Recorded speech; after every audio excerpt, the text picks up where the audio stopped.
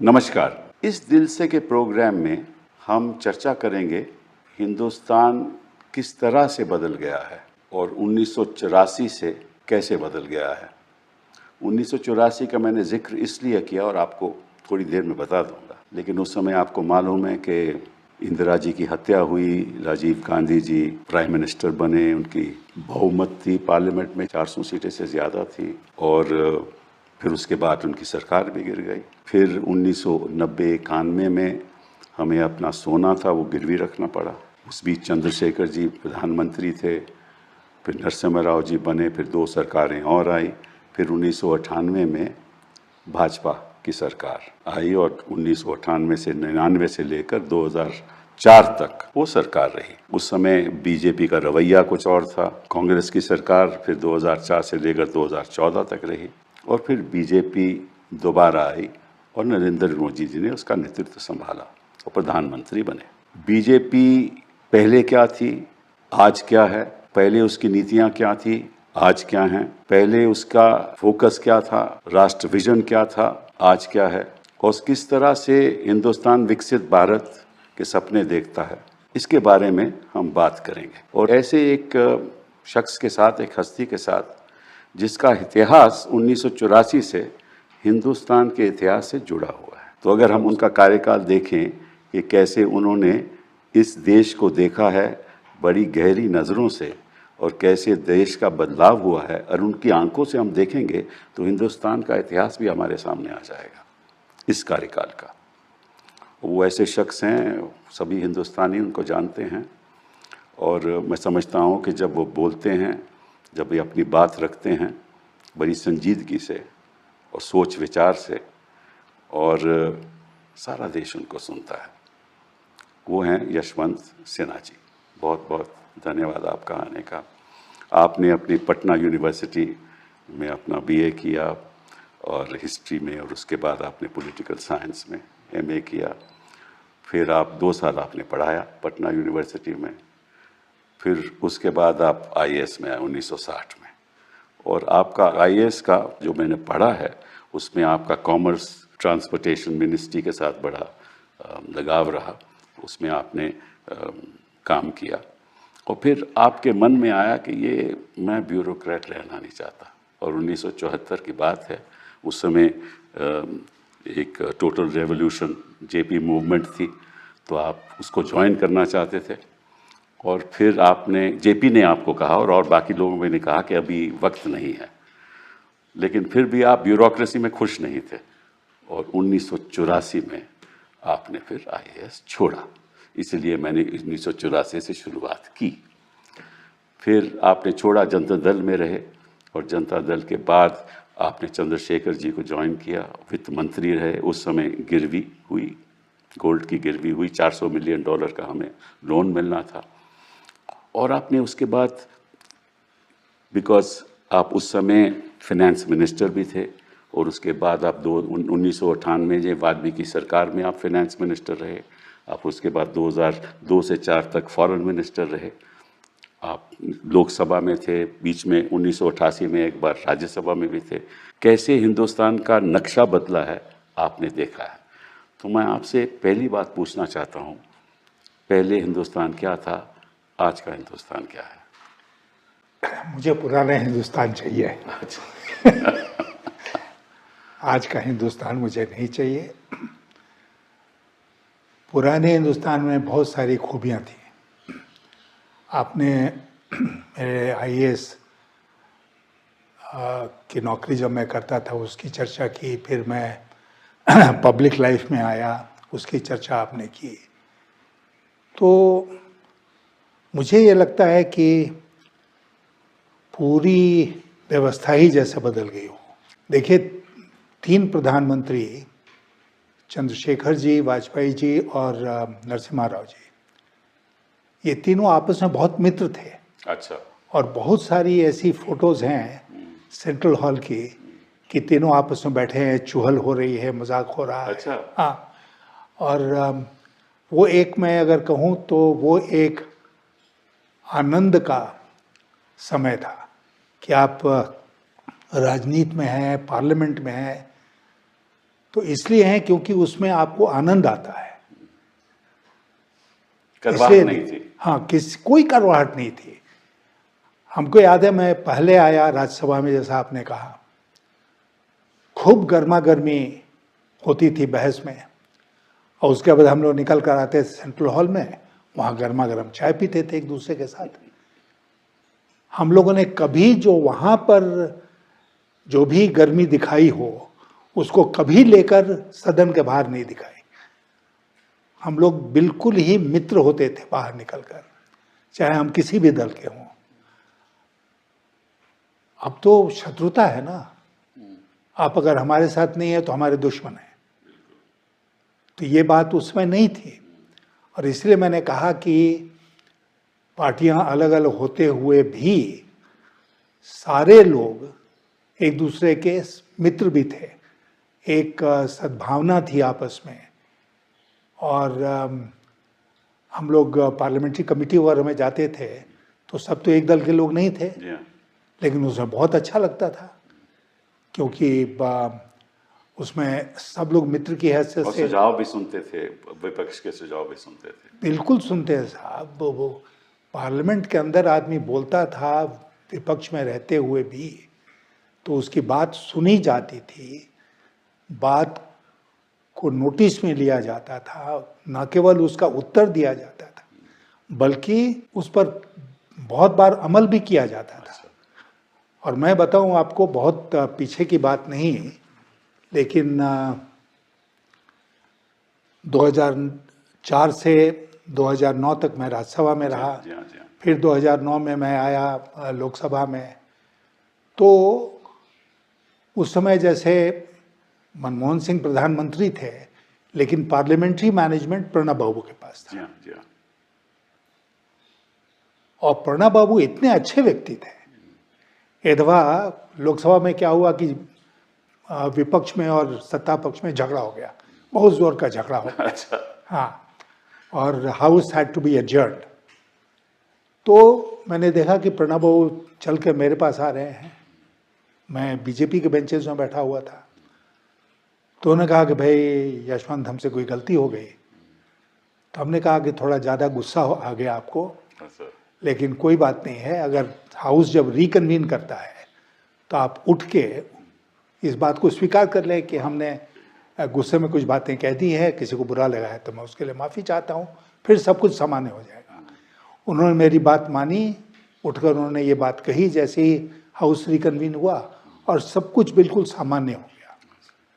फिर एक दूसरे से बातचीत करना, मतलब मुझे याद है कि मैं उस समय parliamentary standing committee on finance का चेयरमैन होता था। Pranab babu as finance minister used to invite me to his house for lunch, for tea, और बैठ के हम लोग बातें करते थे।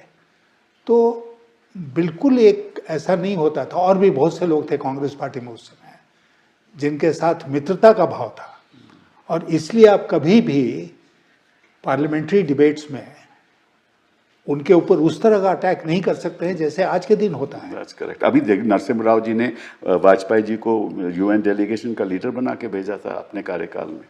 ये बना के भेजा था। मैं आपको याद दिलाऊं कि 1971 में जब बांग्लादेश वाला इशू चल रहा था, तो उस समय इंदिरा जी ने जयप्रकाश नारायण को भेजा था वर्ल्ड कैपिटल्स में। हाँ, कि आप जाकर इसको भारत के केस को रखिए दुनिया के सामने। अच्छा, आप जेपी की अपनी पर्सनालिटी थी। मुझे इसलिए ये बात याद है क्योंकि जेपी आए उस समय बॉन होता था वेस्ट जर्मनी का कैपिटल में, वहीं पोस्टेड। आप पोस्टेड थे, कौंसल जनरल ऑफ फ्रैंकफर्ट में रहे। बॉन में आप पोस्टेड बॉन में रहे। तो जेपी आए थे बॉन उस समय, और सोशलिस्ट इंटरनेशनल के चलते विली ब्रांट उस समय चांसलर थे, तो उनसे उनकी पर्सनल दोस्ती थी। तो उन्होंने विली ब्रांट से मुलाकात की और हिंदुस्तान का पक्ष उनके सामने रखा। तो ये तो एक गिव एंड टेक बिल्कुल बराबर बना रहता था, सब लोग उस पर चलते थे और उसमें कोई राजनीति नहीं होती थी। आप सोचिए कि इंदिरा गांधी ने जेपी को भेजा कि आप जाओ वर्ल्ड कैपिटल्स पे और भारत का पक्ष रखो। तो वो तालमेल तो खत्म हो गया, करवाहट आ गई। वो समझते हैं कि विपक्ष के लोग हैं वो एक उनके दुश्मन हैं, और उस पर ऐसे ऐसे भाषण देते हैं हमारे प्रधानमंत्री जी कि ऐसा लगता है कि एक जंग हो रही है पार्लियामेंट में।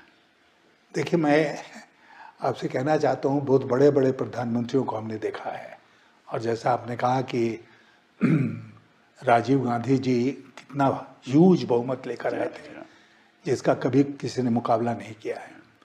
तो उस समय क्या होता था? उस समय ये होता था कि बातचीत होती थी, बहस होती थी, आपकी बात सुनी जाती थी, उनकी बात हम सुनते थे, और रेयरली ये होता था कि झगड़ा हो जाए और हाउस एडजर्न हो जाए। ये नहीं था। और उसके बाद जैसा मैंने कहा कि अगर हाउस एडजर्न भी हो गया गहमा गहमी में, तो फिर सेंट्रल में आके सब लोग मेकअप कर लेते थे आपस में। तो वो वातावरण जो है वो बिल्कुल बदल गया। एक बात और कहूँ, बड़े बड़े प्रधानमंत्री हुए हैं इस देश में। जब प्रधानमंत्री लोकसभा या राज्यसभा एंटर करते थे, तो आज जो दृश्य देखने को मिलता है, जैसे गुलामों की टोली खड़ी हो गई है। गुलामों की टोली, सारे के सारे वहाँ गुलाम बैठे हैं ऐसे करके। फिर वो आए महामहिम तो वो खड़े हो गए, फिर वो बैठे तब वो बैठे। ये सब थोड़ी होता था। जी हाँ, नहीं होता था। मैं भी तो हूँ यहाँ कितने भी तब अभी बहुत दिनों से देख रहे हैं इसको।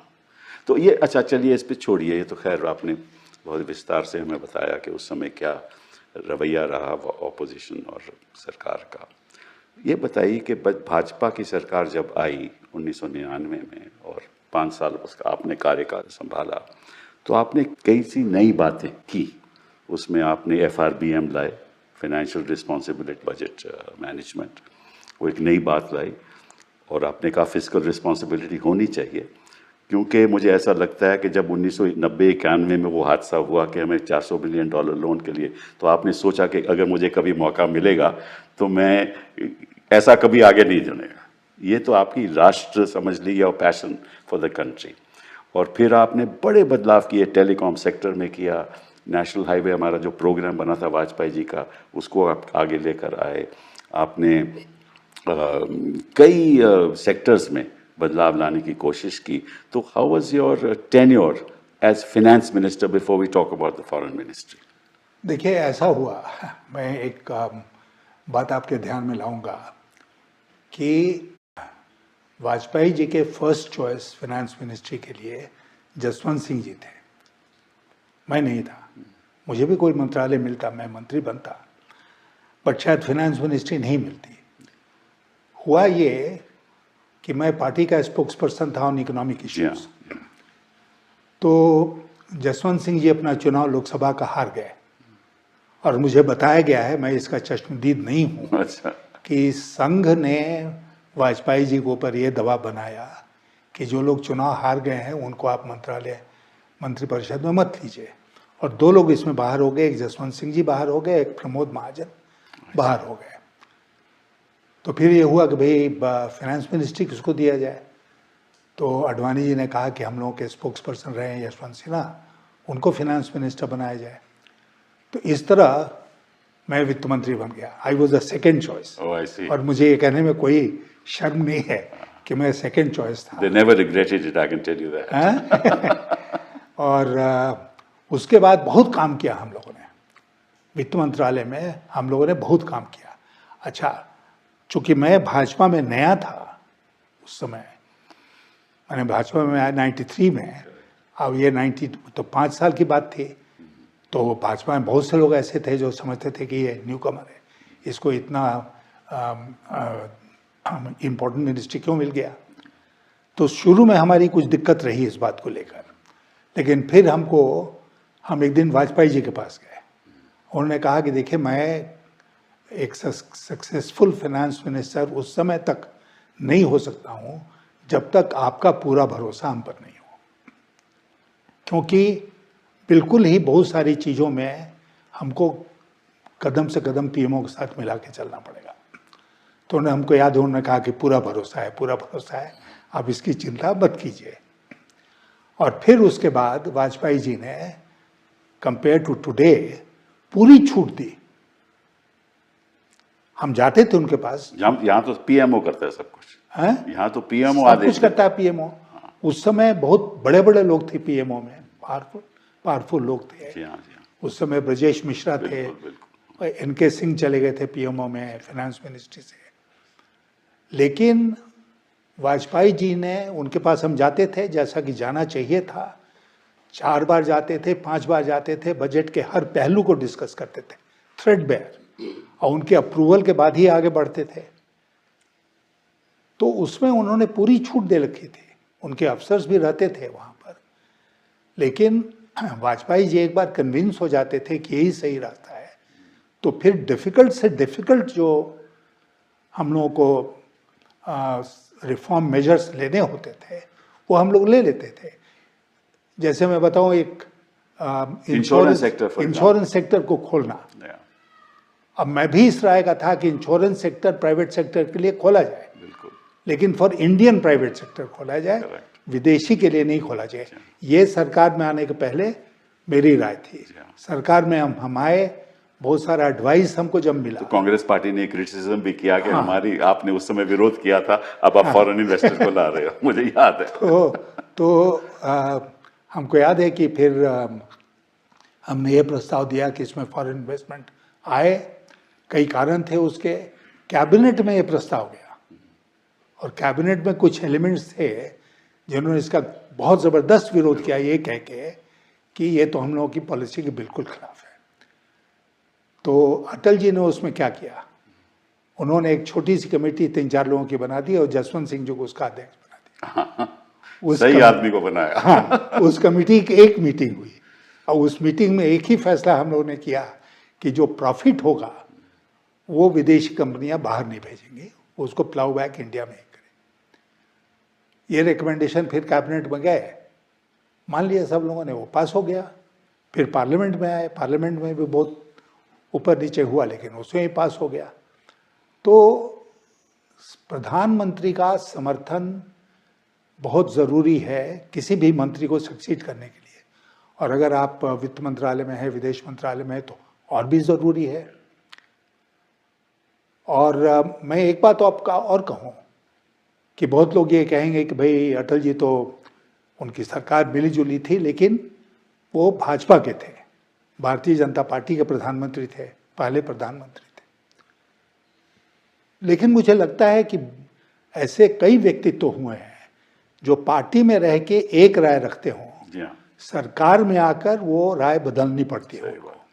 और अटल जी की गिनती मैं उसी श्रेणी में करूंगा कि सरकार में आने के बाद बहुत सारी बातें में उन्होंने राय बदली, और वो देश के हित में बदली, जैसे नरसिम्हा राव जी ने किया। तो इसलिए मुझे ऐसा लगता है कि उस समय की तुलना अगर आज के साथ की जाए, आसमान जमीन का अंतर है। जी हाँ, क्योंकि जो liberalisation process doctor Manmohan Singh as finance minister हुआ, उसको आपने बहुत तेजी से आगे बढ़ाया। बिल्कुल, और कोई दूसरा रास्ता नहीं था, कोई रास्ता भी नहीं था। इसी बीच में 2 साल के लिए चिदम्बरम फाइनेंस मिनिस्टर बने, उन्होंने भी आगे बढ़ाया। उसके बाद हम आए, 4 साल हम रहे। अब देखिए हालत देश की, उसके बारे में आप बात करना चाहते हैं कि देश उस समय, हमारी वित्त मंत्रालय की लक्ष्य क्या था, और आज क्या हो रहा है कि आज इतना ज़्यादा गिरावट आ गई है, अनएम्प्लॉयमेंट इतना बढ़ गया है, कोई इन्वेस्टमेंट नहीं हो रहा, बाहर से भी कम आ रहा है, केवल कोई थोड़ा बहुत आता रहता है। पिछले साल में तो कमती हो गया। देखिए, सबसे जो बेसिक बात है अर्थव्यवस्था में, और आपको कोई इकोनॉमिस्ट होने की ज़रूरत नहीं है इसको समझने के लिए, वो ये है कि आपका देश तेजी से तरक्की करेगा जब तेजी से इन्वेस्टमेंट होगा। इन्वेस्टमेंट कहाँ से आएगा? इन्वेस्टमेंट आएगा डोमेस्टिक सेविंग से, जिसमें पब्लिक प्राइवेट दोनों है, और उसके बाद आएगा विदेशी निवेश से। लेकिन मैं आपको बताऊं कि बहुत अच्छे समय में जब हम लोगों का rate of investment per annum used to be, let's say 38%, तो 38% में 36% used to be domestic savings, और 2% होता था विदेश का निवेश। तो वो जो है उस तरफ किसी का ध्यान ही नहीं है, जी हाँ, वो गिरता चला जा रहा है। क्योंकि अचानक हमको लगता है कि पूरी अर्थव्यवस्था में ऐसा लगता है जैसे कि मुद्रा का संकट हो गया है। जी हाँ, मुद्रास्फीति का भी संकट है और मुद्रा का भी संकट है। बिल्कुल बिल्कुल, अभी आरबीआई को पता नहीं कितने मिलियन रुपीस को रिलीज करना पड़ा जी हाँ, उस मुद्रा के संकट से निपटने के लिए। तो इकोनॉमिक मैनेजमेंट जो है इस देश का, जो प्रबंधन है, वो अब तो ये कहते हैं कि हमारी जी $5 ट्रिलियन इकोनॉमी है। इसका मतलब, मुझे तो मतलब नहीं इसका समझ आता। मैं आपसे 5 कहता ट्रिलियन हूं, डॉलर इकोनॉमी से क्या होगा? आप जाके, मैं जाके पूछता हूँ अपने पुरानी कॉन्स्टिट्यूंसी में कि भाई ट्रिलियन का मतलब जानते हो? काहे के लिए जानेगा? अच्छे अच्छे लोग नहीं जानते हैं कि कितने शून्य होते हैं 1 ट्रिलियन में, और उसका डॉलर में आप बात कर रहे हैं। जी हाँ, डॉलर से क्या लेना देना? ये तो हम रुपए में, जब रुपया, अरे जब तक पर कैपिटा इनकम नहीं बढ़ेगी तो उसका तब- क्या फायदा? 5 हाँ, ट्रिलियन इकोनॉमी का हाँ, क्या फायदा? कोई फायदा नहीं है। तो ये जो है, ये लोग माहिर हैं सपने दिखाने में, और सपने दिखाते हैं। एक बड़ी ताकत जो इनको मिल गई है कपिल जी, वो ताकत है गोदी मीडिया की। तो इसलिए कोई भी झूठ बोलो वो सच के रूप में परोसा वो जाएगा। तो फिर उसकी चर्चा अभी करेंगे थोड़ी देर में। लेकिन इतना मैं कहना चाहता हूँ कि अगर आप ब्रिक्स की कंट्रीज भी देख लो, वहाँ भी सारी ब्रिक्स की कंट्रीज में हम सबसे नीचे हैं। हमारी पर कैपिटल लगभग $2,800 है आज के दिन, 9,000। लेकिन ब्राज़ील की बार आ जा रहा है। तो कहने का मतलब यह है कि अगर, और इतना अंतर है गरीब और अमीर में, वो बढ़ता जा रहा है। बढ़ता जा रहा है। हाँ, और लगभग हमारी जो पॉपुलेशन है में से 80 करोड़ पॉपुलेशन तो 5,000 महीना कमाती है, उससे ज़्यादा कमाती भी नहीं। जब तक आप बॉटम ऑफ द पिरामिड की स्थिति, आर्थिक स्थिति नहीं ठीक करोगे, तब तो बदलाव तो आ ही नहीं तो 80 सकता। करोड़ से ज्यादा लोगों को तो हम 2 शाम का भोजन दे रहे हैं। That's right. क्यों? इसीलिए कि गरीब है। क्यों? अगर सब कुछ हंकी डोरी है तो भाई आप इतने लोगों को क्यों खाना खिला रहे हो? यही बड़ी भारी पर। अच्छा चलिए, बात अब इसकी छोड़ दीजिए, आर्थिक व्यवस्था की। अब आप फॉरेन मिनिस्टर रहे 2002 से लेकर 2004 तक, और ऑपरेशन पराक्रम भी हुआ उस समय, और आपने काफ़ी उसमें मदद की उसके सुधार लाने में। तो बताइए कि आपका फॉरेन मिनिस्ट्री का जो कार्यकाल रहा, और इसके बाद आज के दिन जो आप फॉरेन पॉलिसी को देख रहे हो, किस नज़रिए से देखते हो? देखिए, मैं एक अपनी डींग हाँकने के लिए नहीं, लेकिन एक उदाहरण के रूप में आपको बताना चाहता हूँ कि जनवरी 2004 के मई में हम चुनाव हार गए, बट जनवरी 2004 में बायलैटरल डिस्कशंस के लिए आई वेंट टू वाशिंगटन, और वाशिंगटन में मेरी मीटिंग्स थी स्टेट डिपार्टमेंट में। लेकिन जब मैं वहाँ पर पहुँचा तो हमारे राजदूत थे, उन्होंने मुझसे कहा कि साहब, आपका first appointment at 9 o'clock in the morning is with president Bush. उन्होंने आपको बुलाया है वाइट हाउस में, आपसे वो मिलना चाहते हैं।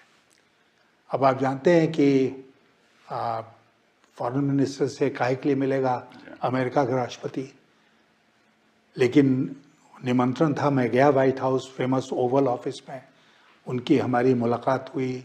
20 मिनट तक ये बातचीत चली, जनरल बातचीत होती रही। उनका पूरा नेशनल सिक्योरिटी एडवाइज़र, उनके सेक्रेटरी ऑफ स्टेट, बाकी ऑफिशियल्स वहाँ पर थे जिनके साथ बाद में हमको बात करनी थी।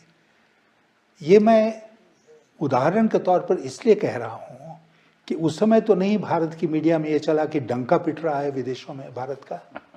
मुझे नहीं याद आता है, बात आई गई, ख़त्म हो गई कि भाई भारत के विदेश मंत्री से अमेरिका के राष्ट्रपति, कोई छोटी सी खबर छपी यहाँ पर, डंका पिट रहा है। ये तो मैंने पहली बार सुना कि भारत की विदेश नीति का डंका पिट रहा है। भारत की विदेश नीति की अनेक सफलताएं हैं विश्व में, बिल्कुल, अनेक सफलताएं हैं, लेकिन किसी ने कभी डंका पीटने की बात नहीं की। मोदी जी ने विदेश नीति को कंप्लीटली पर्सनलाइज कर दिया। हमारे जो विदेश मंत्री हैं आज के दिन, he is no more than a glorified foreign secretary. और वो सब लोग जानते हैं कि जिस दिन मोदी जी का प्लेजर समाप्त हो जाएगा, उस दिन वो कहीं के नहीं रहेंगे। तो दुनिया के दूसरे देश भी इस बात को जानते हैं। टोटल फॉरेन पॉलिसी का कंट्रोल मोदी जी ने अपने हाथ में ले लिया। That also personalized. एकदम पर्सनलाइज। पता नहीं कितने देशों में गए, मुझे लगता है कि टिम्बकटू छोड़कर शायद हर जगह हो लिए हैं, इतना पैसा खर्च हुआ।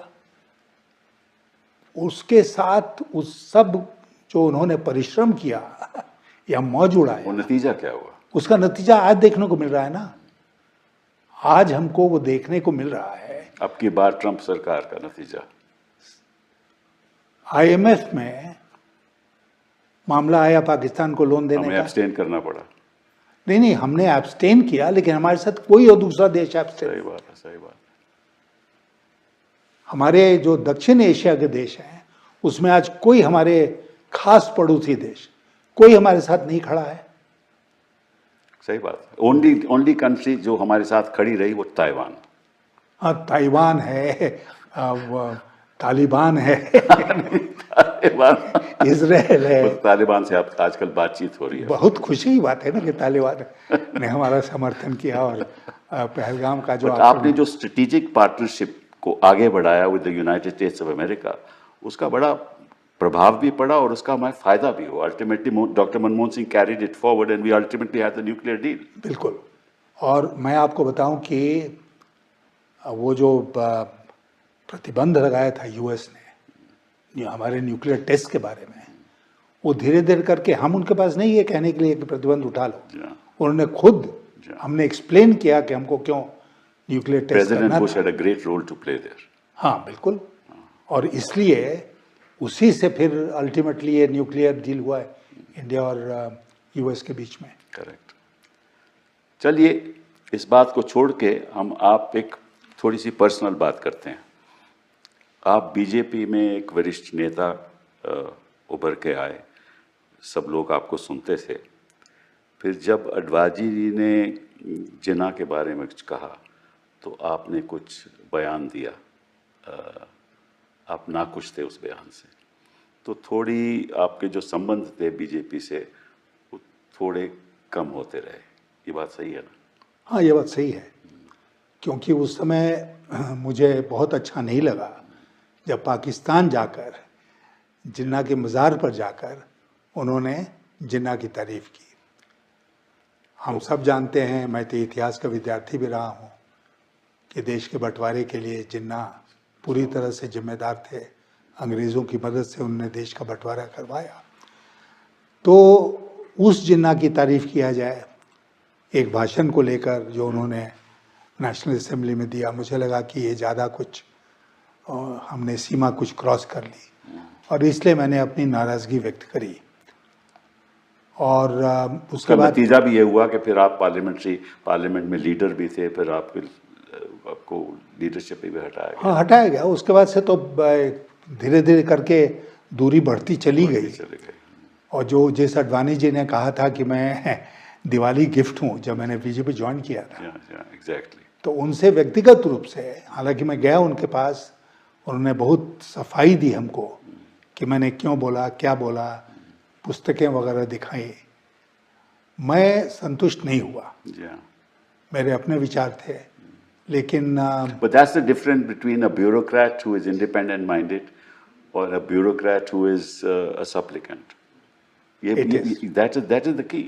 नहीं, वो की है। और मैं आपको बताऊं कि आप शायद भूल गए कि 1989 में जब मुझे आईएएस की नौकरी छोड़े हुए 3.5 साल शायद हुए थे, उस समय वीपी सिंह प्रधानमंत्री थे। उन्होंने मुझे निमंत्रण दिया कि मैं राष्ट्रपति भवन आऊं। राष्ट्रपति भवन पहुंचने के बाद मुझे पता चला कि हमको मिनिस्टर ऑफ स्टेट बना रहे हैं, तो मैं नहीं तैयार हुआ, वापस आ गया। I did not take. There it is. अब को लोग कहते हैं कि भाई तुम उसके पहले जॉइंट सेक्रेटरी थे गवर्नमेंट ऑफ इंडिया में, तुमको मिनिस्टर ऑफ स्टेट बना रहे थे। कुछ अपनी बात में किसी दिन मैं भी बताऊंगा इसी संदर्भ तो में। इसलिए क्या है ये, तो हमको खुशी है कि मैंने उसको स्वीकार नहीं किया। बाद में वीपी सिंह मेरे पीछे पड़े रहे कि भाई ज्वाइन कर लो, तो मैं इंडिपेंडेंट चार्ज अभी आपको लिख देता हूँ और उसके बाद कैबिनेट में प्रमोशन कर देंगे। तो हमने कहा कि राजा साहब, मैं वेट करूँगा, जब आप इसके लिए तैयार हो जाएंगे कि मैं फुल कैबिनेट मिनिस्टर बनूं तो मैं आ जाऊँगा। वो मौका नहीं आया। फिर उसके बाद ये भी तो हुआ ना कि जब Pranab Mukherjee presidential candidate declare हुए तो आपने उनका साथ दिया, बिल्कुल। उससे और करवास बढ़ गई। फिर 2018 में आपने बीजेपी छोड़ दिया। लेकिन ये जो बीजेपी है, मैं केवल आपसे आपके विचार पूछना चाहता हूँ कि ये जो बीजेपी है, ये तो बीजेपी है ही नहीं मेरे हिसाब से, क्योंकि जो नीतियाँ बीजेपी की थी ये तो इसको अलग होकर चल रहे हैं कि जिस तरह से ये विवाद समाज में पैदा कर रहे हैं, जिस तरह से एक कम्युनिटी को दूसरी कम्युनिटी से लड़ा रहे हैं, ये तो बीजेपी की कभी पॉलिसी थी ही नहीं। कम से कम अटल जी की नहीं थी। हाँ, उस कार्यकाल में तो ऐसा कभी हुआ ही नहीं। कुछ लोग कहते हैं कि अडवाणी जी की थी, लेकिन अटल जी की नहीं थी। अडवाणी जी तो हिंदुत्व की वजह से बीजेपी को बहुमत उन्होंने दिलाई। लेकिन देखिए, मैं आपको कहूँ कि सरकार में आने के बाद Advani ji deputy prime minister थे और होम मिनिस्टर थे। वाजपेयी जी ने उनको इस बात के लिए राजी किया कि हुर्रियत के साथ वो बात करें, और हुर्रियत के साथ रात बात करने के लिए अडवाणी जी तैयार हो गए। वो बातचीत आगे नहीं बढ़ी क्योंकि सरकार चली गई। लेकिन ये अप्रोच था वाजपेयी जी का कि अडवाणी जी को भी उन्होंने वो जो आप कहें एक फंडामेंटलिज्म का रास्ता था उससे दूर हटाया, और सरकार की जो पॉलिसी होनी चाहिए उस पॉलिसी पर चलने के लिए उनको राजी किया। मैं भी उस समय पार्लियामेंट में था और मैंने कभी नहीं देखा वाजपेयी जी को या अडवाणी जी को इस इशू पे डिवाइड एंड रूल जो पॉलिसी आज के दिन हो रही है, इसको आगे बढ़ाने का कभी कोई ऐसे कदम नहीं, कोई कदम नहीं उठाया। और आज की जो बीजेपी है जिसका आप जिक्र कर रहे हैं, उस बीजेपी में हिंदू मुसलमान छोड़कर दूसरा कोई मुद्दा ही नहीं। हाँ बिल्कुल, और इसी आधार पे वो जीतते हैं। हाँ, इसी आधार पर वो जीतते हैं।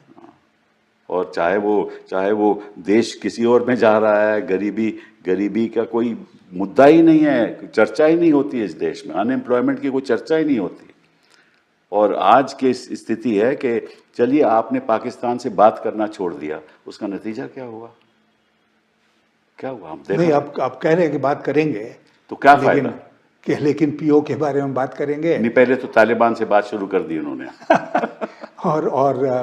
और आतंकवाद के बारे में बात करेंगे। भाई, आप जानते हैं कि there was a composite dialogue process. Correct. उसमें आतंकवाद भी था।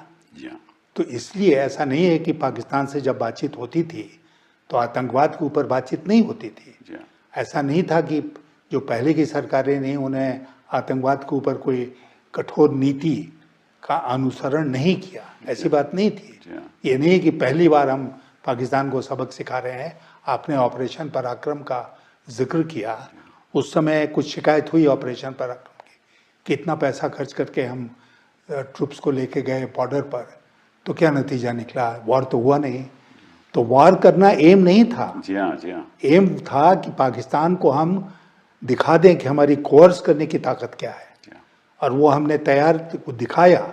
और फिर आपको याद होगा कि सार्क सम्मेलन के लिए हम लोग जनवरी 2004 में इस्लामाबाद गए, वाजपेयी जी भी गए। जी हाँ। और उसके बाद एक जॉइंट प्रेस स्टेटमेंट, केवल 17 वाक्यों का एक joint press statement sign issue हुआ, जिसमें कि साफ तौर पर आप देखेंगे उसको, तो पाकिस्तान ने ये इस बात को स्वीकार किया कि दे एक्सपोर्ट वायलेंस टू इंडिया, और आगे से नहीं करेंगे।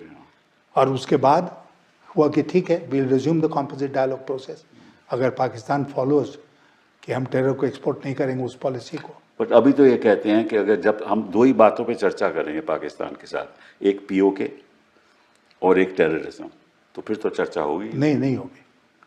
तो फिर इसका फायदा क्या है? नहीं, आपने आक्रमण भी कर लिया, आपने उनको सबक भी सिखा लिया, आपकी गोदी मीडिया भी आपके साथ रहा, उसका नतीजा क्या निकला? नहीं, उसके बाद आप भूल गए, बिहार का चुनाव आ रहा है। अच्छा। भाई, पुलवामा हुआ तो जी हाँ, चुनाव आ रहा था।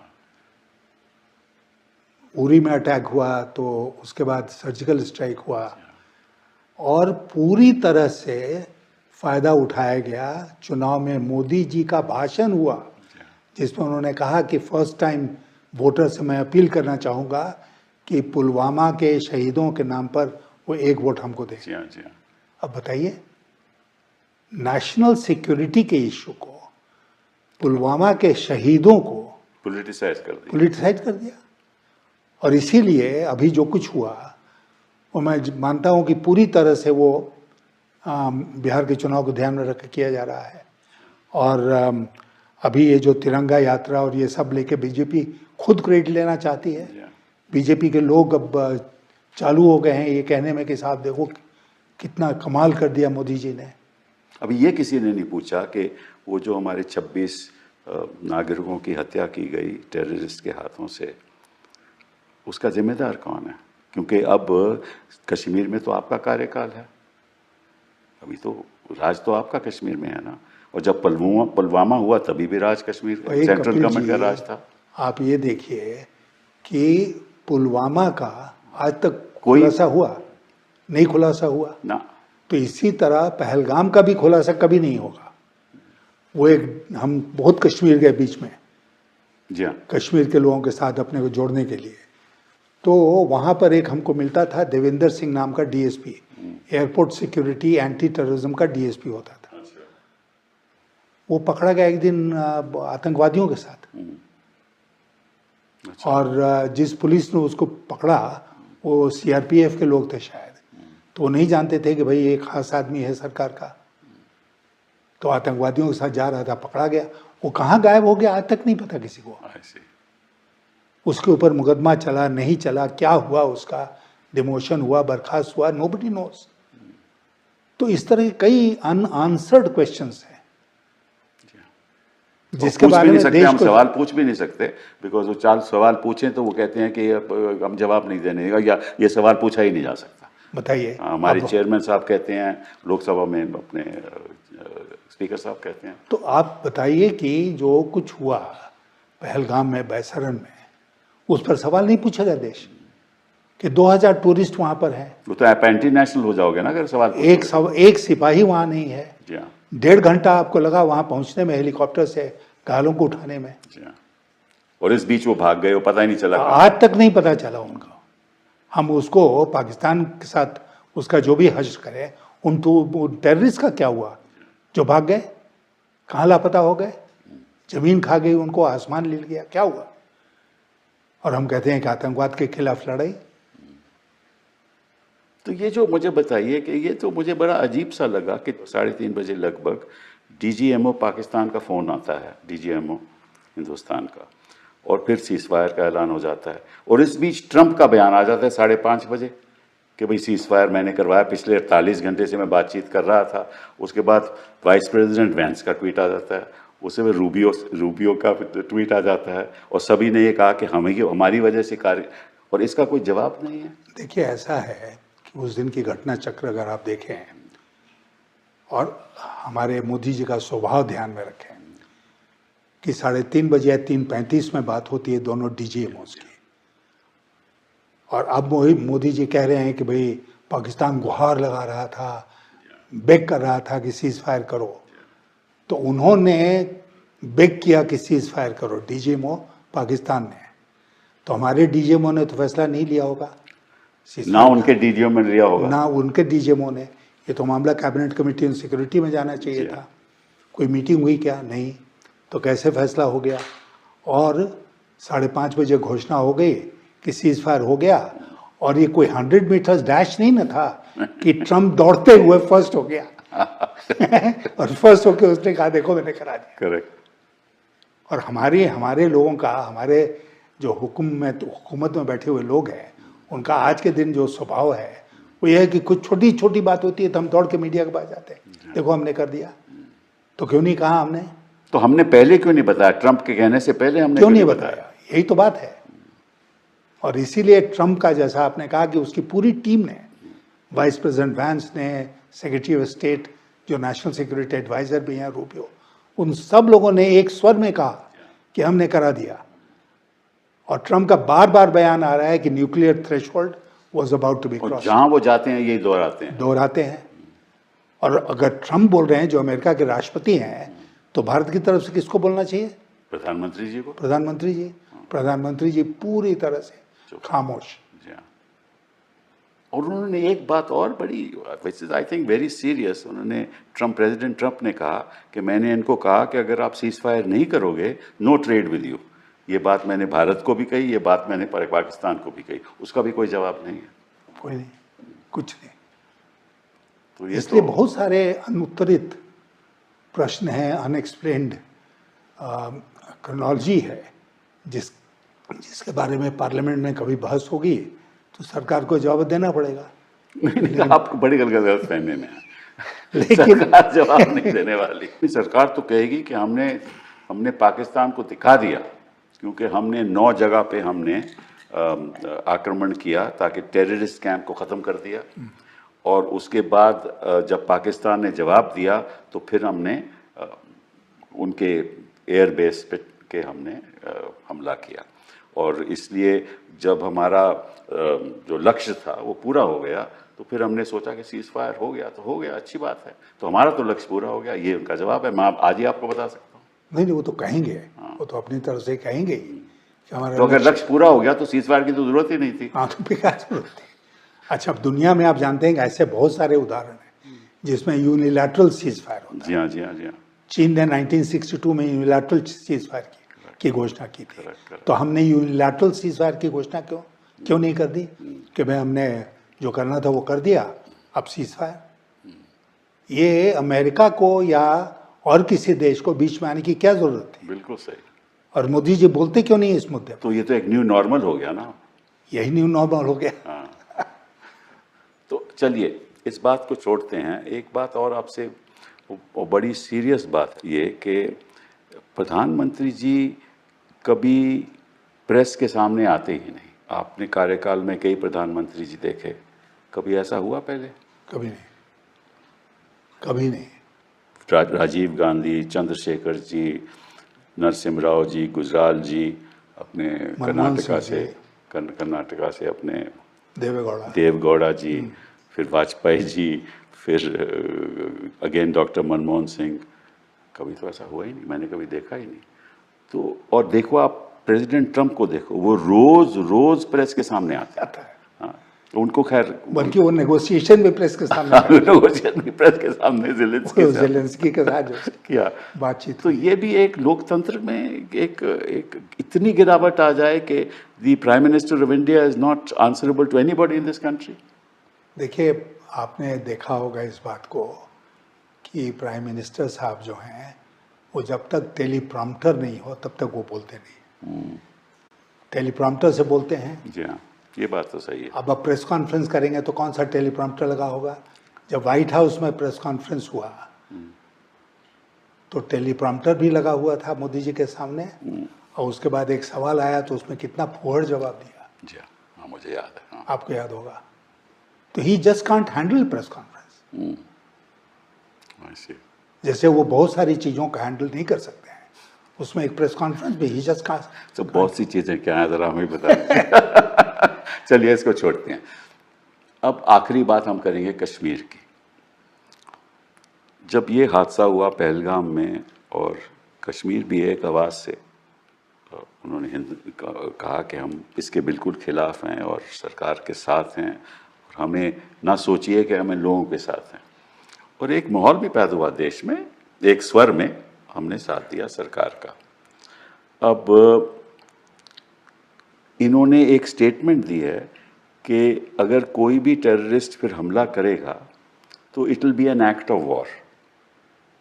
तो इसका मतलब एक तो ये साबित हो गया इनकी अपने ही स्टेटमेंट से कि टेररिज्म का अटैक ज़रूर होगा, क्योंकि टेररिज्म तो ख़त्म नहीं हुआ। तो अगर टेररिज्म ख़त्म नहीं हुआ तो ये सब करने की ज़रूरत क्या थी, और अब इसका प्रभाव कश्मीर पे क्या पड़ेगा, और कश्मीर में आगे के वर्षों में स्थिति क्या रहेगी? देखिए, पहले तो इन लोगों को झूठ बोलने की आदत ख़त्म करनी पड़ेगी। जब 370 हुआ और ये सब हुआ तो उन्होंने क्या कहा कि आतंकवाद ख़त्म हो गया कश्मीर में। फिर आतंकवाद चलता रहा, आज भी चल रहा है। और मैं मानता हूँ कि कश्मीरियों ने जो भावना दिखाई इस पहलगाम के अटैक के बाद, उसकी जितनी भी तारीफ की जाए वो कम होगी। बिल्कुल सही। एंड ये एक इतना इम्पॉर्टेंट टर्निंग पॉइंट है हमारी हिस्ट्री में कि कि अगर हम ढंग से कश्मीर के लोगों के साथ बातचीत करें तो कश्मीर पूरा का पूरा हमारे साथ आ जाएगा, और उनको लाना चाहिए हमको अपने साथ। असेंबली के इलेक्शन भी होने चाहिए। बिल्कुल होने चाहिए, उनका स्टेटहुड रिस्टोर होना चाहिए, असेंबली के इलेक्शंस होने चाहिए, इसमें बिल्कुल देरी नहीं, बट हम लोगों ने खुद एलियनेट किया हुआ है उनको। जो मैं आपकी टेररिज्म की बात है वेरी इंटरेस्टिंग, क्योंकि मैं कुछ आंकड़े देख रहा था कि टेररिज्म का बढ़ावा 2000 के बाद बड़ी तेज़ी से हुआ। फिर मेरे पास 2014 के फिगर हैं कि 240 इंसिडेंट हुए जब ये सरकार बनी, तो उस समय जो टेररिस्ट जो मारे गए, हाँ, वो लगभग 2014 में 114 थे। अगर आप चलिए 2015 में 115 हुए, 2016 में 165 हुए, 2017 में 220 हुए, 2018 में 271 हुए, और 2019 में 163 हुए, 2020 में 232 हुए। इसका मतलब कि 370 के हटाने के बाद टेररिज्म बढ़ा है कश्मीर में, कम नहीं हुआ। तो इसका मतलब 370 होता या ना होता, उसका तो कोई फायदा हुआ है? टेररिज्म में उसका कोई असर नहीं पड़ा है। और देखिए, पाकिस्तान जानता है कि एक मिनिमम नंबर ऑफ टेररिस्ट कितने होने चाहिए कश्मीर में at a given point of time, जिसमें पाकिस्तान के भी होने चाहिए और कश्मीर के भी होने चाहिए। दोनों मिला के 200, 150, 300 इतने टेररिस्ट बराबर वो कोशिश करते हैं कि कश्मीर में रहें और आतंकवाद की घटनाओं को अंजाम देते रहें। अब वो कोशिश होती रही कि मार के उनको कम करो, फिर पाकिस्तान भेज देता है उनको। लेकिन ये जो आपने थ्रेशोल्ड की बात की ना, हमने खुद अपना थ्रेशोल्ड रेज किया है, ये कह के कि अगर टेररिस्ट घटना घटती है तो हम उसको एक्ट ऑफ वॉर मानेंगे। अब कोई भी सिरफिरा टेररिस्ट अगर है तो लोग कहेंगे कि आप करिए, अब करो, आप फिर से एक्ट ऑफ वॉर अगेंस्ट हुम, अगेंस्ट पाकिस्तान। तो फिर पाकिस्तान के खिलाफ फिर जंग छेड़ो। ये खुद ही हमने अपने आप को दुविधा में पड़ गए, हाँ, डाल दिया है। तो ये तो बड़ा मुश्किल। और अगर ऐसा होगा तो देखिए क्या है कि अब सख्ती हो जाएगी सिक्योरिटी फोर्सेस की कश्मीर में। बिल्कुल, आप देख रहे हो कि कुछ लोगों के घर भी उजाड़ दिए इन्होंने। तो अगर सख्ती होगी तो फिर अगेन सिचुएशन इन कश्मीर थोड़ी और ख़राब हो जाएगी। तो ये जो इनकी नीतियां हैं, ये सुधारने की नीतियां नहीं है। जैसे आपने कहा, केवल एक ही लक्ष्य है कि किसी तरीके से अगला इलेक्शन जीता जाए, बस, और कुछ नहीं। तो इसीलिए मैंने सोचा कि क्योंकि आप 1984 से आप पॉलिटिक्स में आए और उसके बाद आपने हिंदुस्तान के जो रवैया रहा और नीतियां रही, जिसमें आपने बहुत बड़ा योगदान दिया हिंदुस्तान को आगे बढ़ाने का, और आज की स्थिति क्या है उस पर चर्चा इसलिए मैंने की क्योंकि आपके नज़र से जो हिंदुस्तान आपने देखा और जो हिंदुस्तान हम दोनों देख रहे हैं, उसमें बहुत भारी अंतर है और लोकतंत्र को बड़ा ख़तरा है। और इसलिए बहुत ज़रूरी है कि इन बातों को लोगों तक पहुंचना चाहिए और लोगों को समझना चाहिए कि सत्य क्या है, असत्य क्या है, और क्या रास्ता जनता को अपनाना चाहिए ताकि हिंदुस्तान बरकरार रहे। बिल्कुल। बहुत बहुत धन्यवाद आपका। Thank you.